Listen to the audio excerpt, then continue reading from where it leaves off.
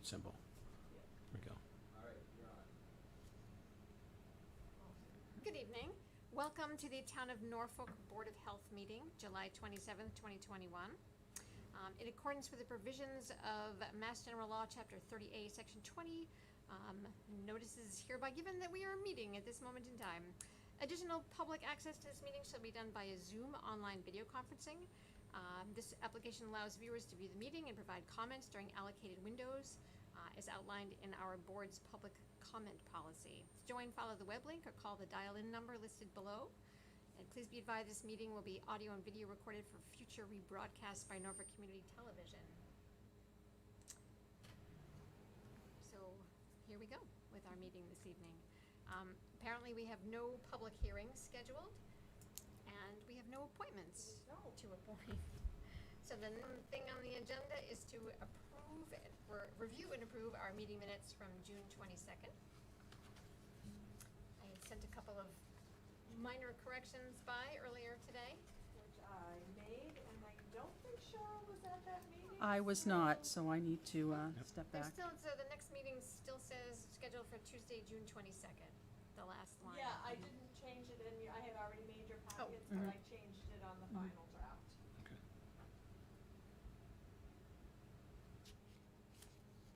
Okay. So do I hear a motion to approve the minutes from June 2nd?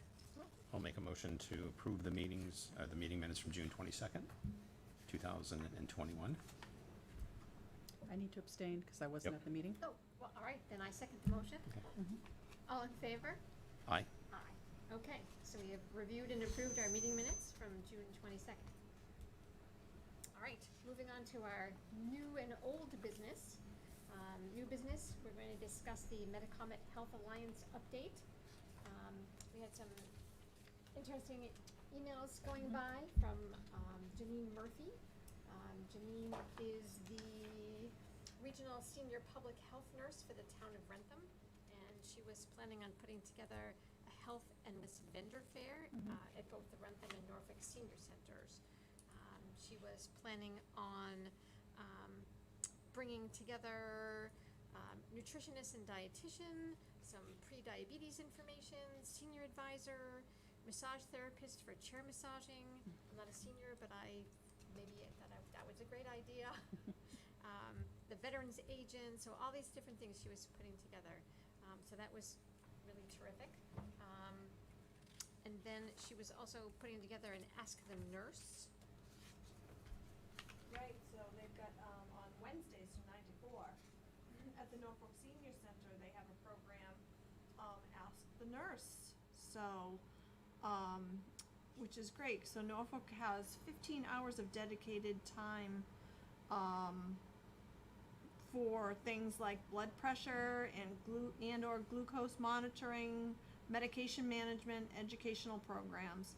So people can register at the front desk at the senior center or call 508-528-4430 to schedule an appointment. So this is an awesome service and part of our new Metacomet Health Alliance. Where else will this be advertised?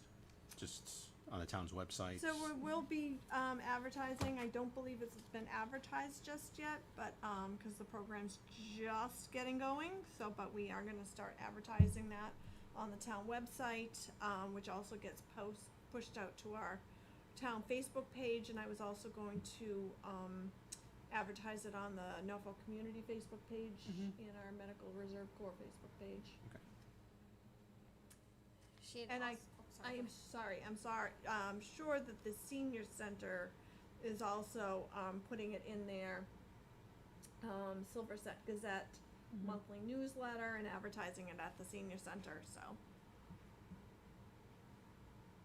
this is an awesome program. Yes, she's also setting up some visits with the community resource dogs to visit the senior centers. Which I have met. Blood pressure, like, how are the community resource dogs? Oh my God, the puppy! He is he is the cutest thing ever. That's awesome. What else? They're doing a drive-through Age Well event. I mean, she's got it going. Yep, She's we're busy. actually starting now to the planning stages of our flu clinic. We talked about either doing a regional flu clinic for Rentham, Norfolk, and Franklin. I think Franklin is actually set up to do a drive-through clinic at senior center, or we may just, separate clinics at each of our locations. That's great. So She stay tuned for more information on that. I'm sure I'll have some more information next month. She had sent me an email too about a Stop the Bleed Yes, instructing. yes.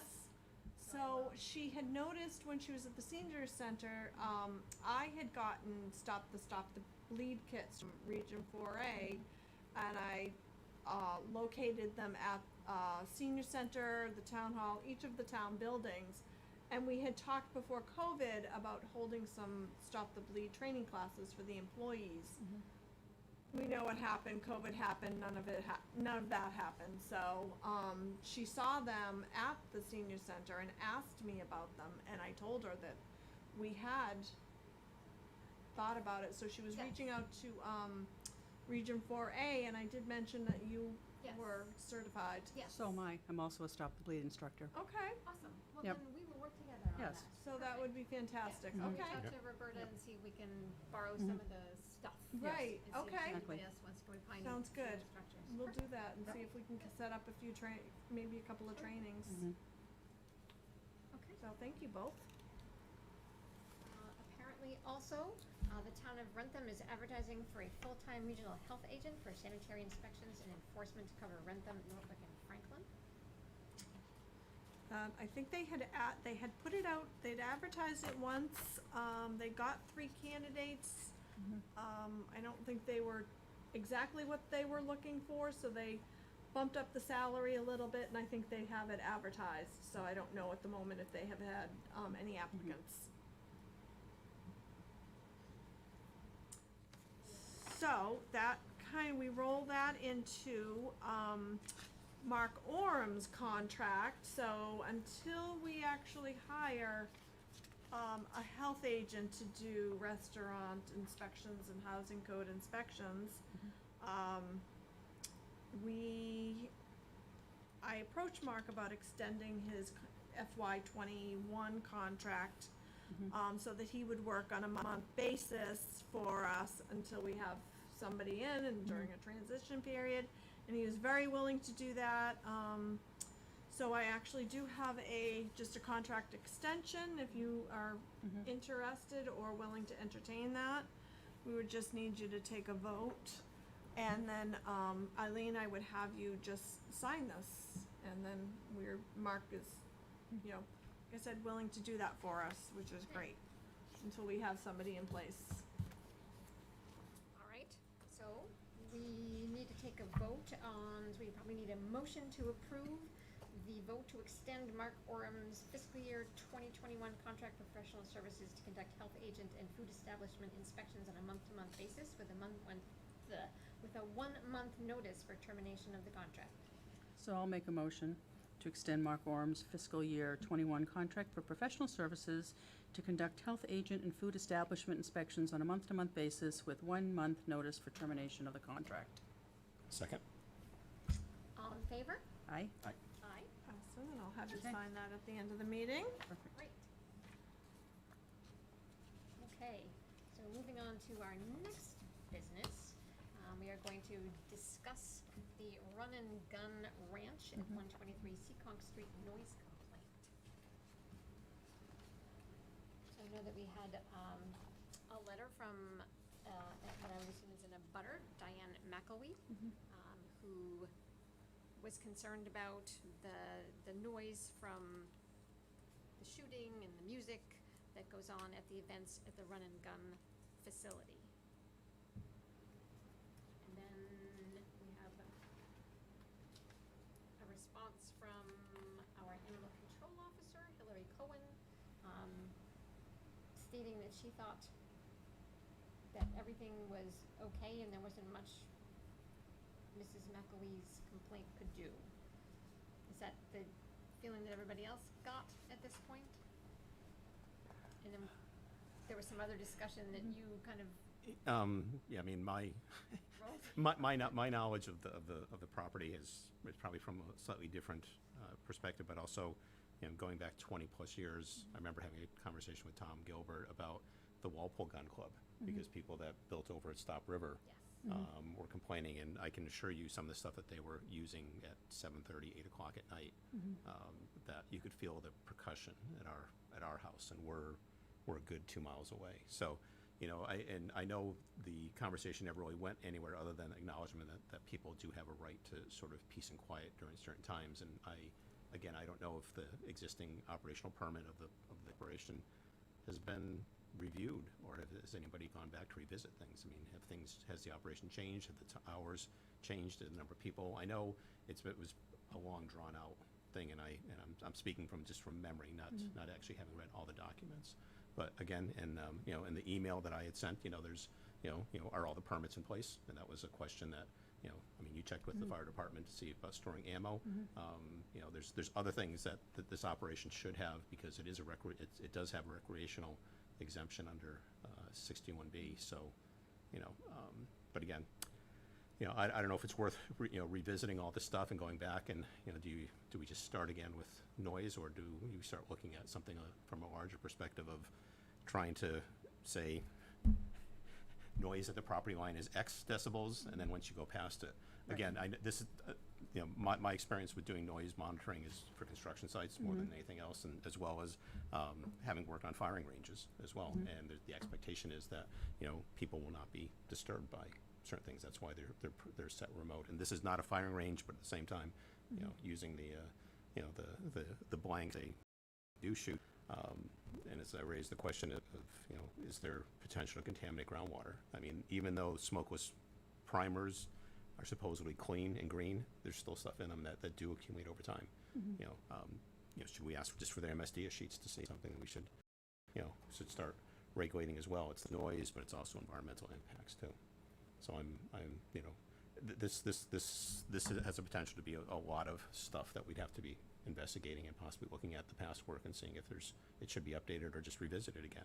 So again, I don't know if this board can do everything, because a lot of the past work the selectmen had done, issuing the permit, I think comes into play, and whether there's non-negotiable things or negotiable things. So, you know. And I believe we discussed this at the Board of Health my last time on. Not quite as long as Tom Gilbert, but almost. And I think the issue was the noise and the time of day that they were doing it, and they were very much limited, and they had to, if I remember correctly, Betsy, maybe you can tweak my memory, that they had to get the special permits for the number of people, and they could only run these events during certain times of the day, and then that was the issue. Are they doing it more than what they were told that they could do previously? You know, that's my question. The other thing is with the noise, you know, how loud is it, and how loud is it compared to other things in the area? So if, you know, people mowing their lawn compared to, you know, for 4 hours versus doing this, and if it's only an hour, or is it continuous? I think those are the questions that we need to really take a look at. I know that the fire chief had responded to what the amount of ammunition, Yeah. things like that was well under what the rules and regulations were. Yeah. But they don't have ammunition, though. I'm sorry, well, whatever. It's they're black powder. the black, yeah, it's, I mean, I understand, I mean, Yeah. I used to have an explosive permit in my house. Yeah. So. No, I just want to make sure But- that that people don't think that they have I apologize. ammunition No, there, not and that might be Yeah. something else that gets told, because they're doing blaze. Unfortunately, the regulations sort of lump everything together Right. into two different Yeah. categories. So Yeah. it's, you know, it's not that, you know, Yeah. it's perfectly legal to own. It's Right. just that as long as it's properly documented. Right. But is there an obligation with the operational permit? Betsy, I'm sort of asking rhetorically, if they make significant changes in how they run and operate an event there, do they need to notify the fire department or the fire chief if they're changing something that's significantly different what they did last time, or if it affects other permits that are outside of the realm of this board? How is that? Do you know how that's been addressed? I have to admit, I've never really read the entire. I don't know. License. I think that's something that we might have to investigate. Okay. But it seems like short-term measures of, you know, doing another sound survey. Right. That might be appropriate. I do know from reading that last report that was done, I'm going to say, and I think you said in the email, I mean, it was kind of wishy-washy. There was really not definitive. And the question is, do we set up, do you do a true sound study where you're setting baseline? Right. Whether it's 1 day, 2 days, 5 weeks, and then leading up to the event and then seeing what the difference is. I mean, that's the way this should have been done. It shouldn't have just been, okay, we're just going to go out there and do it. So. The other complaint the last time was the dust. That Yeah. was the primary complaint, Yeah. was the amount of dust that the horses were kicking up. And there was some issue you thought with some of the land clearing? The NIPD's permits that the town boards have to address. It's more than 1 acre is cleared.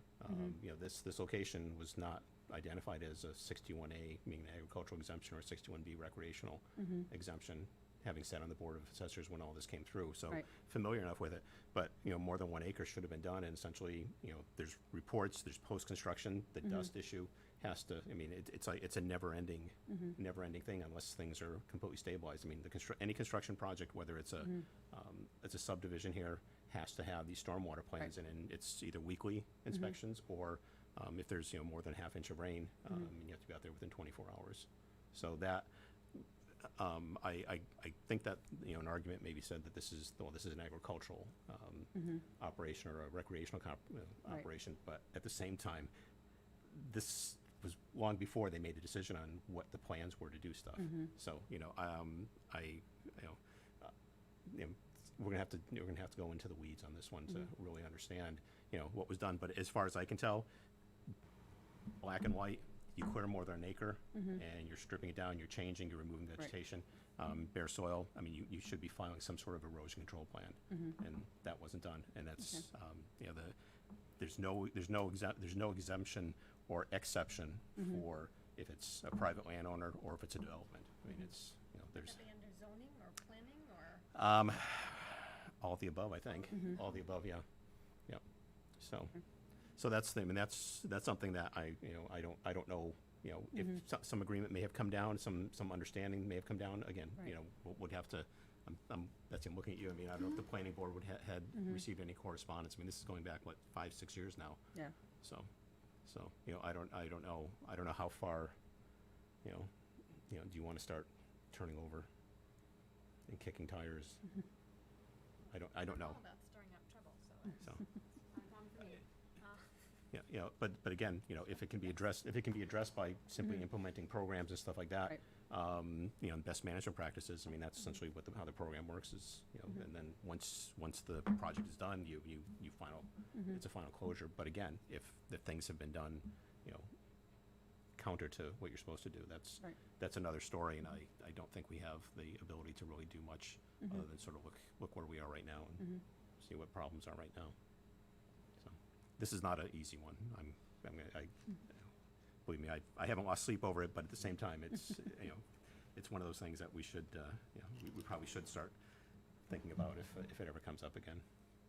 So do you recommend that we send this back to the planning board to take a look at it again, or? But here, I'll let me craft an email. Okay. I'll send it to the rest of the board members, and then send it to Walter and see if he can comment on that, because this is just has to do with the NIPD's and the stormwater plan that probably should have been done. And Right. my reading of the regulations and with the work I'm doing historically as well as now, I mean, it should have been Right. something should have been done. So there's that aspect of it, and then what do we do going forward? I think that's probably. So again, it's going to take a while. I've got everything up here, Yeah. and I've got some notes, but yeah, I'll get that to the board members so we can at least get that on to get going again. But I do think, Betsy, if we can simply make a request, either through the fire chief or directly to the operators, if they can send an MSD sheet of what everything that they have over there, I think that's probably the best place to Right. to start, because when you have flammable substances, I mean, the average homeowner, yeah, you have a 5-gallon gas can in your shed or your garage, but if you've got more than stuff that does meet other standards, we should at least know what's there. I have to believe the fire chief probably has that information already, and you may ask him if he's received any of the MSD sheets for store there. So I had to do that with coal when I had my permit.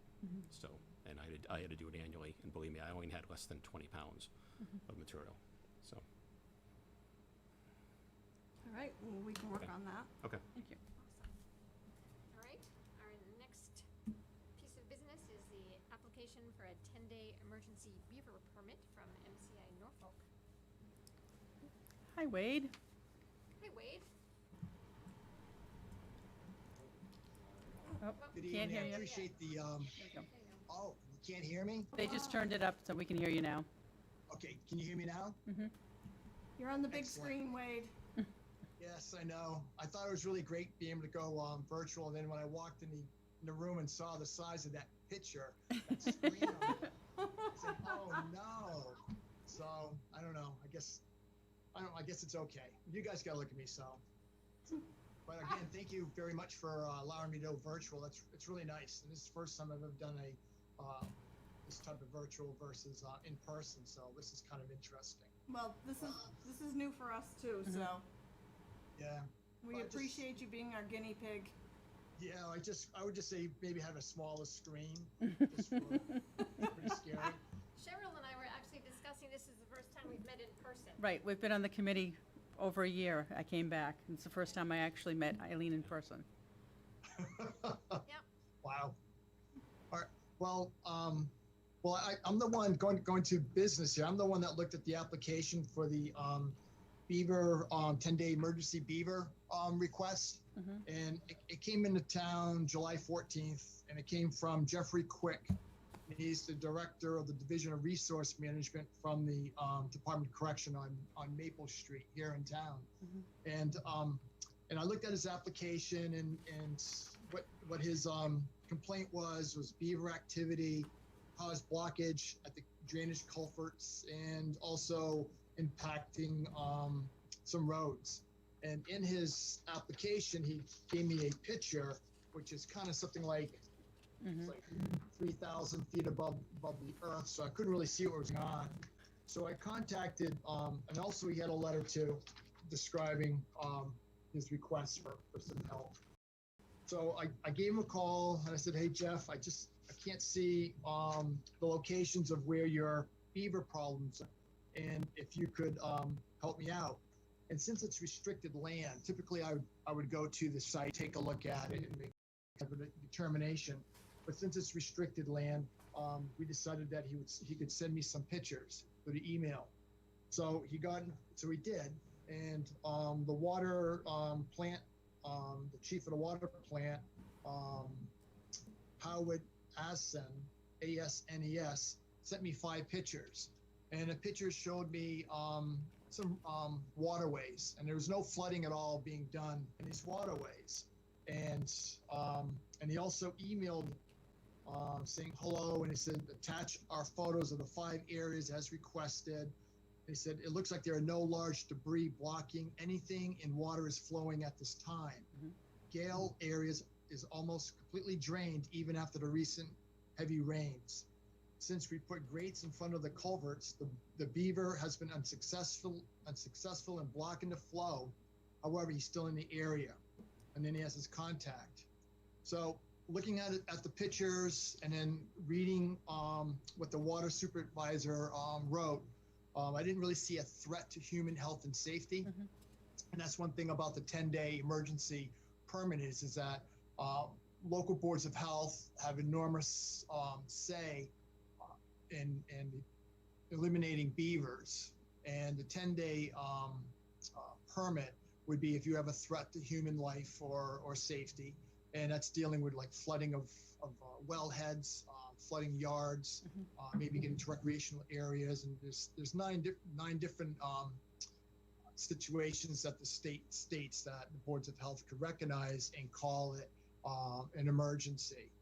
And my review of the 5 pictures and the water supervisor's email comments to me, I couldn't determine that there was a threat to human health and safety.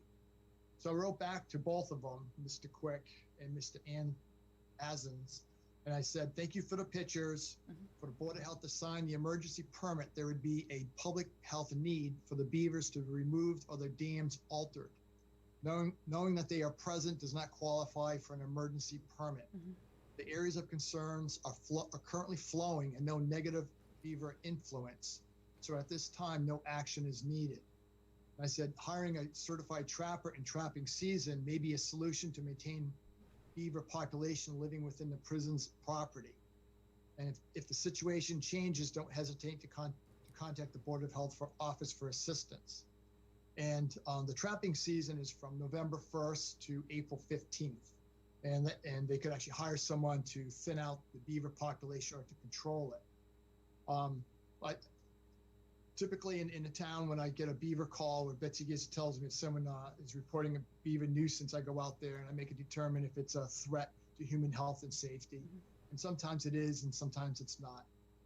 But there are, if there isn't a threat and a 10-day permit can't be issued, there are other options that that the applicant or the person can go to. They can go to the Conservation Commission, and they can ask for other types of devices that could be used. They could breach the dam. They could put some kind of piping through the dam itself to the water table, and also they can go into trapping the animals during trapping season.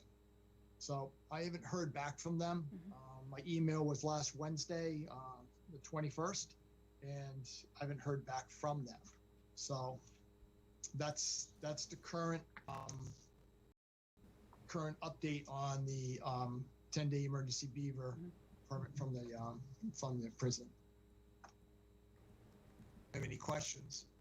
No, Wade, I can fill in a few pieces for you. Sure. Having actually been one of the operators as a secondary operator and a general operator for that water system for 8 years, I know exactly where these are. 6 to 7 years ago, we worked with mosquito control to replace some of the damaged and collapsed culverts. So that's a little bit of the history. Some of the other things that have gone on of late are, just with the extreme water, plus what I'm believing, simply because there have been 2 dead beavers in the roadway at the corner of Needham and 115. One was in the road, another one was off, and seems to be, the way their nose was pointing, they probably came from Stony Brook. So I think we're probably looking at some transient beavers that are coming in. I used to work with Jeff Quick. He was my boss at one point, and Jeff did talk to me. He goes, it is what it is at this point, but at the same time, he said, if it comes back again and it's worse, Howie has spent quite a bit of time with his staff removing debris from the culverts, and they came up with a solution of using those aluminum, basically this gangplank, to keep this stuff out there. Given the time this was sent and the time you've looked at it, maybe the beavers moved on. I don't know. It doesn't seem to be a problem now based on what I've heard, secondhand knowledge. So I don't think anybody's worried about it. At the same time, it may come back at some point. So. Well, Andy, I work in neighboring towns, and I've seen beaver activity in different towns too, and I don't think they're going to go anywhere. A lot of times the cousins move close by, and the family just continues growing. So I would recommend that Mr. Quick have some kind of a beaver management program starting, since everything's fine now, and he's not finding a safety or a threat to his water quality for the plant, for the prison. Maybe he should put into his budget hiring a trapper and thin out the population in the area. And I can speak from firsthand experience. There probably are people that are within the department. They're probably legal trappers because of the numerous hunters. So it can be taken care of. No one's going to complain about this. If it just may come up again at some point. So I'm speaking. Oh yeah. I would prefer the water level control devices rather than trapping and killing beavers myself. Being a veterinarian, I choose to preserve as much animal life as possible. And the prison is on, it's pretty much a wetlands, right? I talked to a guy from Fish and Wildlife today. So that would be my preference, is to look into some more water control versus just trapping and killing little animals who are just trying to make a living. Yeah. Well, yeah, and those trappers are certified by the state, so you can't just get some gun who just wants to trap the animals. So you have to be certified. and they do have rights to the, to the skin, and I'm not sure if they transport the animals to another area or they destroy them. Mhm. But with a 10-day emergency permit, they probably will be destroyed because it's an emergency. You need to remove them quickly and remove their activity. Right. It is illegal to remove and replace them. They don't permit, Fish and Wildlife doesn't permit relocation. So you either have to leave them there and deal with it, again, water control devices, or lethal removal. Those are the three options. Yeah, the management part I would recommend because beaver activity can, they're engineers, and they can flood acres and acres of land. I've seen areas where there was back in the 1940s. I researched one request for another community I work in, and so I researched the area, and at one time, the two ponds was actually a stream that you could jump over, and it was back in the 1940s. Looking back at the land maps, and here it is. 50 years later or so, or even more so, it's two Great Lakes, but they can definitely change the landscape. So, I think management is the best way for the prison. All right. So because you don't see any public health issue, we have to take a vote on whether or not we approve the application for the 10-day emergency beaver permit. And I'm going to say that I'm going to abstain, just because of past knowledge, and just so there's no concerns about any conflicts of interest, which it's more procedurally more than anything else. All right. So we're actually, from what Wade is saying, is that they don't really need to have a 10-day emergency beaver permit. So I don't. do we even have to take a vote on this, or I Do think they don't have to take any action, do they? no? No, and I think my email to them, I did put it in Yeah. writing the reason why. So Yeah. I think it's safe to go forward without any action from the Yeah. board tonight, Okay. other than recognizing maybe supporting my action. Okay. Okay. Perfect. Thank you. All right. So there is no action taken on the application for the 10-day emergency beaver permit at MCI Norfolk. Thank you. All right. Also, Wade, in the future, if this does come up again, you can reach me by email, and I can get you any place you want to get in there. Oh, yeah. Trust me, If I'm going to go, I'm going to definitely go in the front door and knock very loud, so the guards. No. don't think I'm in prison. We'll go in the back way through Needham Street. No, I'm just kidding. Thank you. Okay. I take you up on that. Thank you, Wade. Appreciate it. All right, you're welcome. Thank you, guys. Have a great night. I'm going to Great. close Bye, off. Wade. Right. Thank you. Bye, Wade. All right, thank you. Bye-bye. Good night. All right. The next item on our agenda is the COVID-19 updates. So the vaccination updates, we got actually an update both from Tom as well as from the Rentham nurses. Hers was from Sunday, July 18th, and Tom was from July 22nd. So Mr. Gilbert had suggested that there are 7 new cases in Norfolk over the past 2 weeks. And he wrote that the number of new vaccinations continues to decline, leaving about 25% of those eligible, mostly teenagers and young adults, still not fully vaccinated. And was curious as to whether we had any thoughts about people getting vaccinated, how we make that more compelling.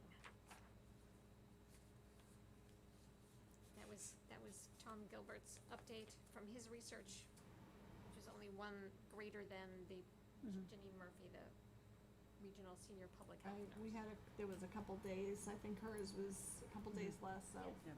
must have had one. Is it education?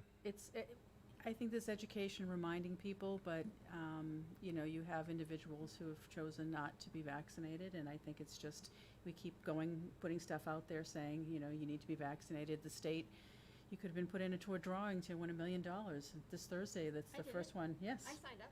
But, I think people just need to realize that the Delta variant is starting to show up. It's hitting more in the southern states right now, and they're really getting hit hard. So a lot of the ICUs in those states are actually at full capacity. Luckily, in the city of Boston, we're not at that right now, or in Massachusetts. But we also have a higher vaccination rate than most places, so I can only emphasize to keep vaccinating, especially if get your teenagers vaccinated and, because they're the ones that are coming down with it. I will say that the Medical Reserve Corps, both in Massachusetts and Rhode Island, are still continuing their outreach and their vaccination programs, and it's really shifted from kind of a more mass vaccination Right. type of thing. They have vaccination strike teams where you go and you load up in a van and you go to small communities or housing developments. They're down at the Norfolk, the Newport Folk Festival. They're down there. Good. They're at the Newport Tennis Hall of Fame. So I mostly get the information from Rhode Island. Sometimes I get some emails from Massachusetts, and they're looking mostly at areas kind of down on the South Coast, a lot of New Bedford, Fairhaven, those communities. But they're still asking for both people for testing and vaccinations every day of every week. So there's still a lot of need out there in case anybody wants to help vaccinate people. Betsy, has there been any discussion about having any of these mobile vaccination units come to Norfolk at a town hill function, or any camping out at the transfer station on Saturday? We haven't talked about that, but Is that, I mean, again, I'm not sure what the percentage of the population would be covered, but it seems like if there's a big function, maybe at the fireworks 150th Right. celebration, There that might might be be one, something something like that. I mean, I don't know. that's in September, right? Yeah, it's, at the rate things are going, it's not gonna disappear in 60 Maybe we days. can look into that. Yeah. So- Am I correct in that our Walgreens has not participated in vaccine administration? Or No, are I thought no, I think they do. I think they do the vaccine administration in the Walgreens. I think I remember seeing that. I think the other, what Tom had also sent is the vaccination rate amongst women was over 80%, which I think kind of translates to the town itself. The challenge is that the MCI Norfolk is part of our vaccination rate, so the vaccination rate for men is lower because a lot of the people in the prison are not getting vaccinated, so it's hard to really figure out. I think, Norfolk's doing a much better job than most places, and maybe seeing if people would do something like Your that. husband is texting you. Is he really? Yeah. Of course he is. Yeah. Okay. Okay. But I'll check that. maybe, seeing if this is a need in the community. I mean, I work in an inner city hospital, and they've gone out to churches and to vaccinate people because the vaccination rates are so low. Would that work here? I don't know if it would work here, and is there as much of a need? I think what we need to look at is who's not being vaccinated here, and if it's the young people having it at the 150th celebration, I doubt very much you're gonna get a bunch of teenagers there. So, are we looking at the high school and the middle school and figuring out who is vaccinated, who isn't, and maybe having something at those venues?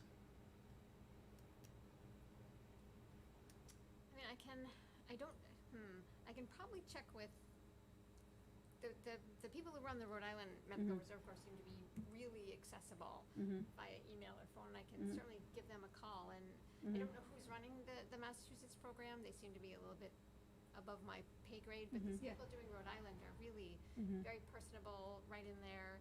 I can certainly ask them how or who I could contact to try to find some kind of a mobile thing we could set up. Okay. I will do I that. think that's something we can definitely look into.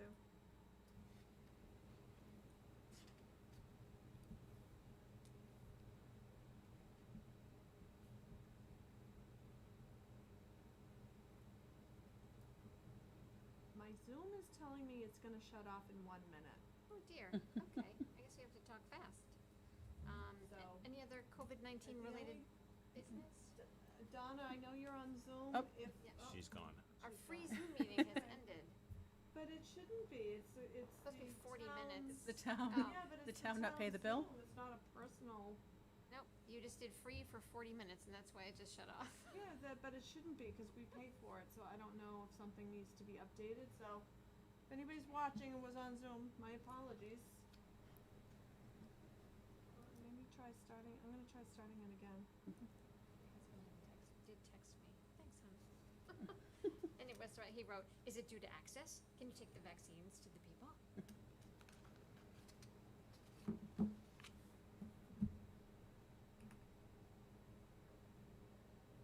So I did a vaccine clinic in Woonsocket, Rhode Island, which is near where I used to live in North Smithfield, and it was at a Sears, Right. little Sears, and they Yeah. set up the whole thing in there, and it was amazing. It was Yeah. pretty impressive.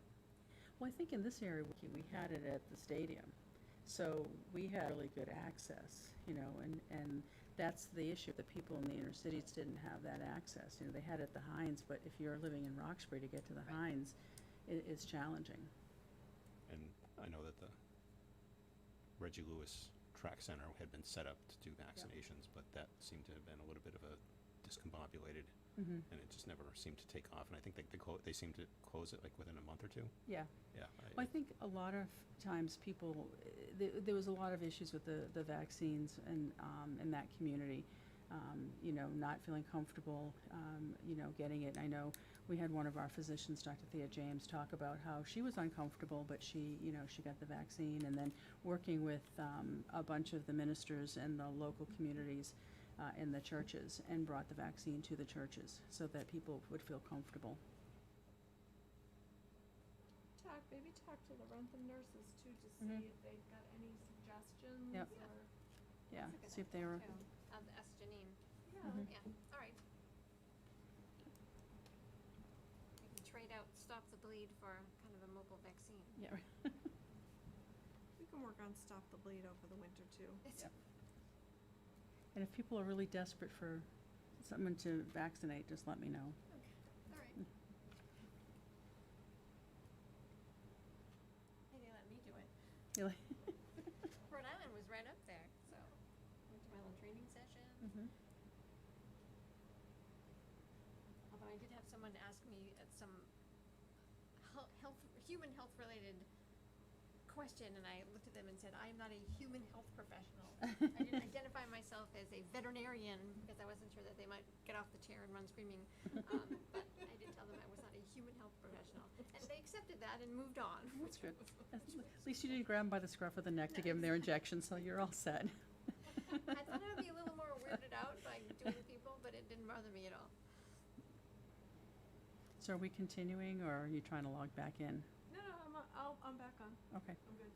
okay, perfect. I don't know why. I'll have to check with Okay. IT on that, but we're back on. Donna's logged back into it. Okay, good. All right. There you go. So now we are moving on to the Southwood Hospital, 111 Dedham Street Public Involvement Plan update, potentially. Andrew? This meeting is being recorded.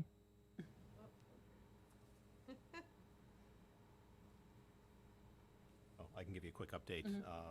The comments were submitted almost a month ago on July 2nd, and the response to those comments, as well as the final public involvement plan, is due August 2nd. So that's next Monday. I don't know.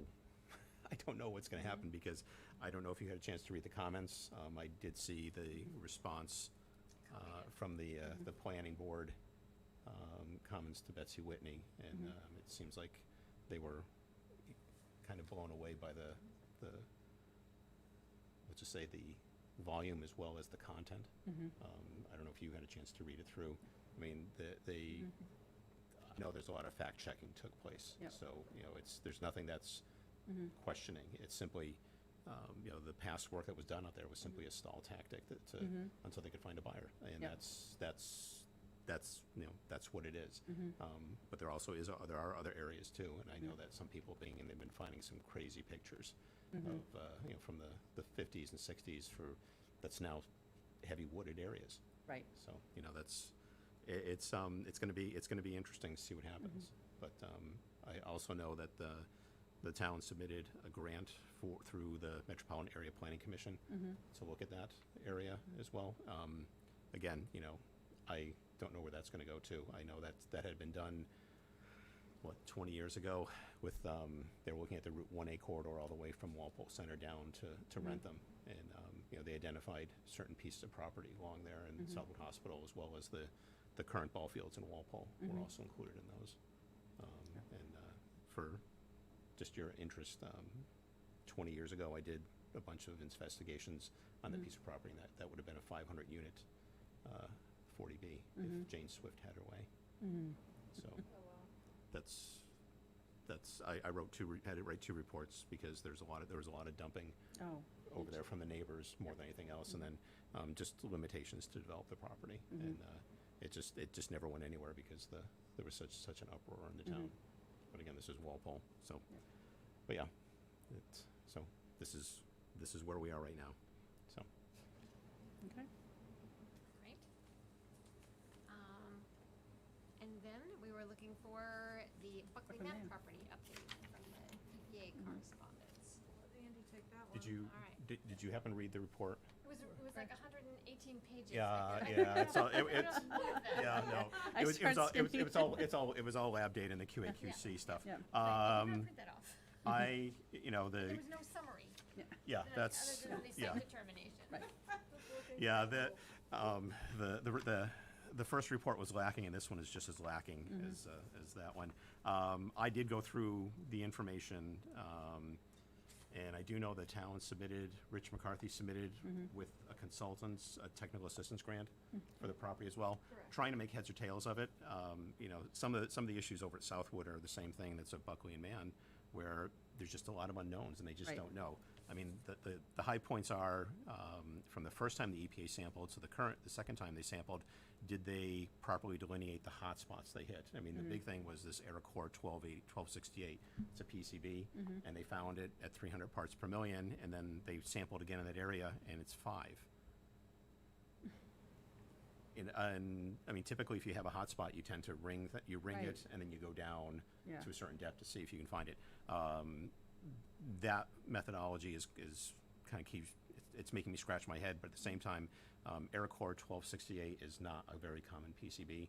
It's typically, my experience with it has been typically used in military vehicles because that's what they used to do. They used to put PCBs in the transmission fluid as well as the oil because it would make it last longer. Right. That's because it has the heat dissipation properties.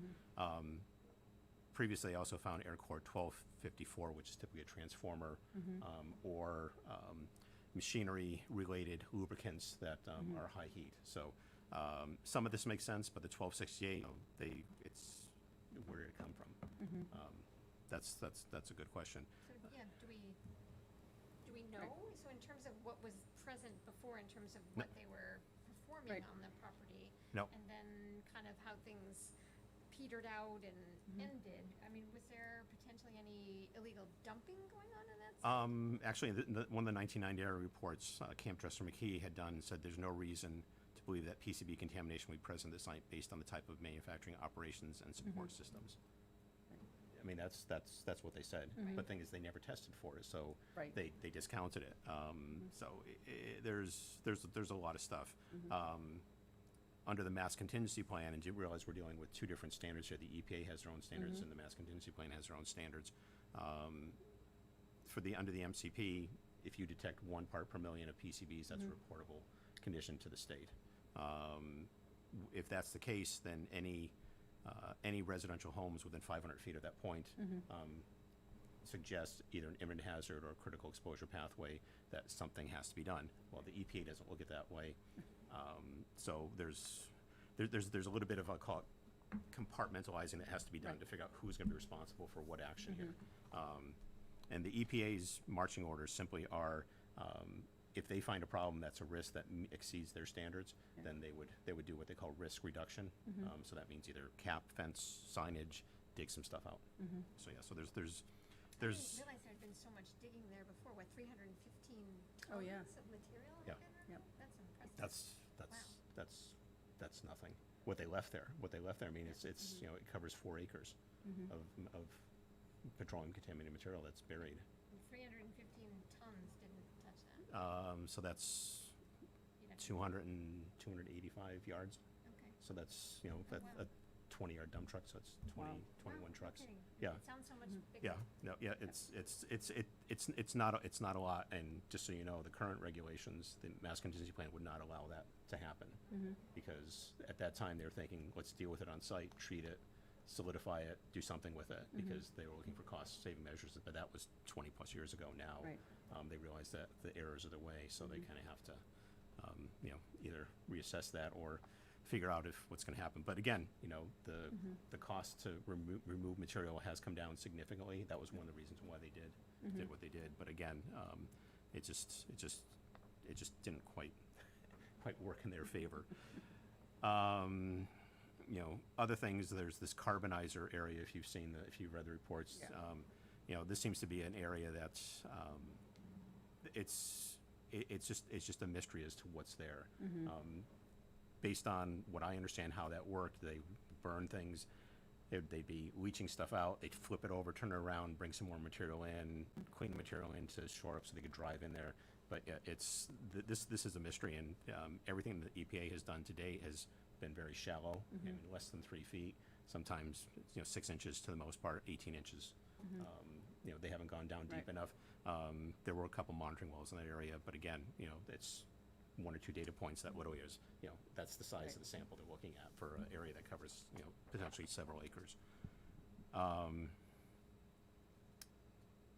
So there's a lot of, I'm going to say, a lot of data gaps with the first and second reports that the EPA did.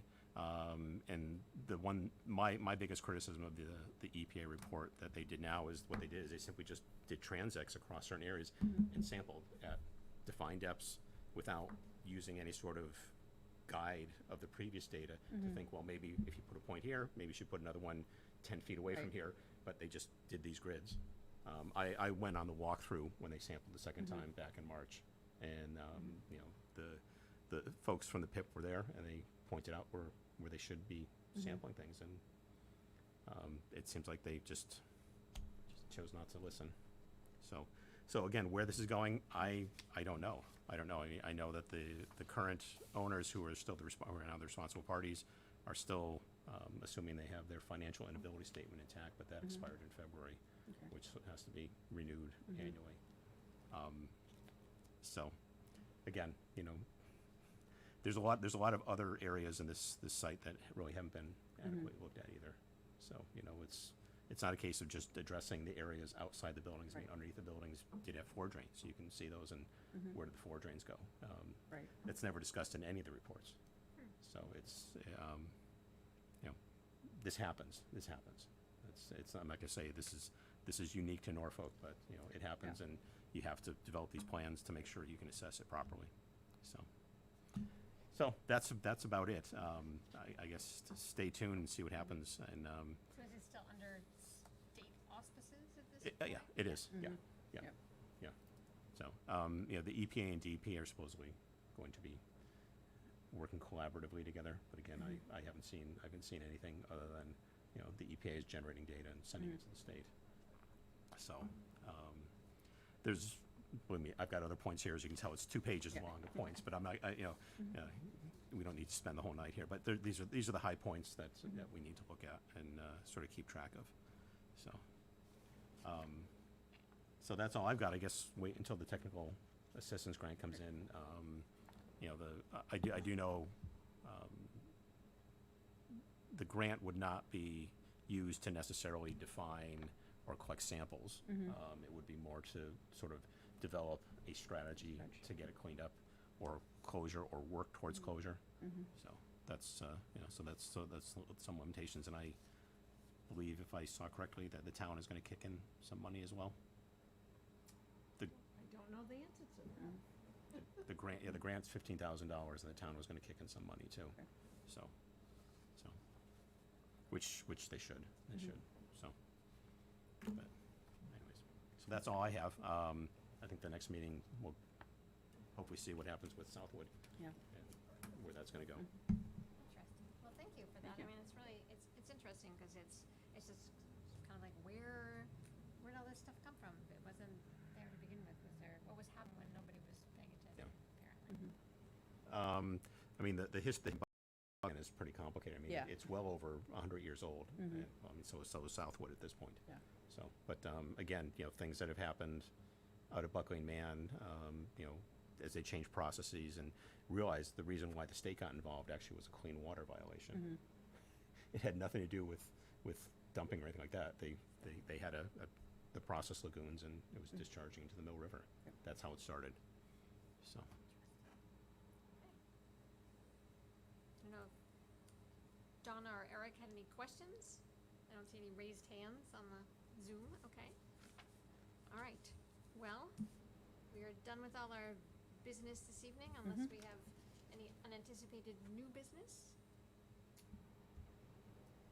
No, we just have to set a Don't meeting. have anything. Our next meeting date would be August 24th. Mhm. Check on that.